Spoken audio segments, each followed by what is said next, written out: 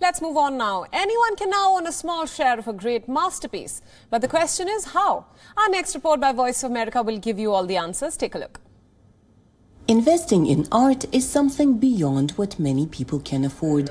But that may no longer be the case thanks to New York startup called Masterworks. Very simply, investors can come to our website, they can view different works of art that we have available for investment, and they can invest amounts as small as $500 or as large as thousands of dollars in a particular painting.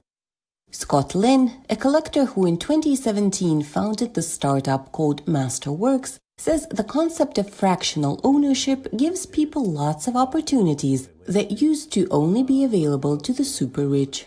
It's part of a new trend on the market called the democratization of luxury. But Lin says part of his job is to look out for investors without that much money.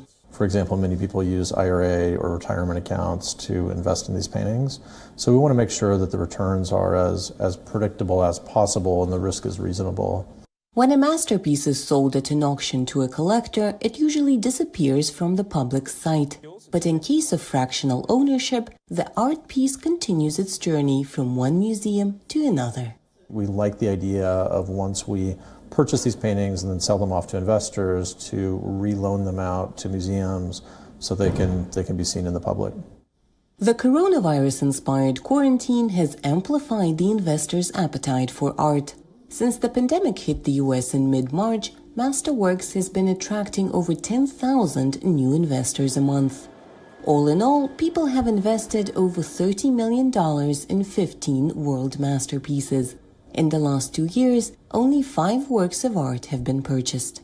At Masterworks, our perspective has been that art is an uncorrelated asset class, meaning that it doesn't necessarily go in the same direction as the stock market or other asset classes. So what we've seen with COVID is that although there's been a large decrease in the total volume of sales by roughly half, we've actually seen art prices increase. And I think in June alone, we saw 22 artists that set price records. Oil and gold prices, as well as company shares, are prone to ups and downs depending on the situation in the world and changing politics. But even the Dow Jones Index is powerless when it comes to world masterpieces. For Vladimir Lensky in New York, Anna Rice, WION News. Co-presented by Skoda. Simply clever.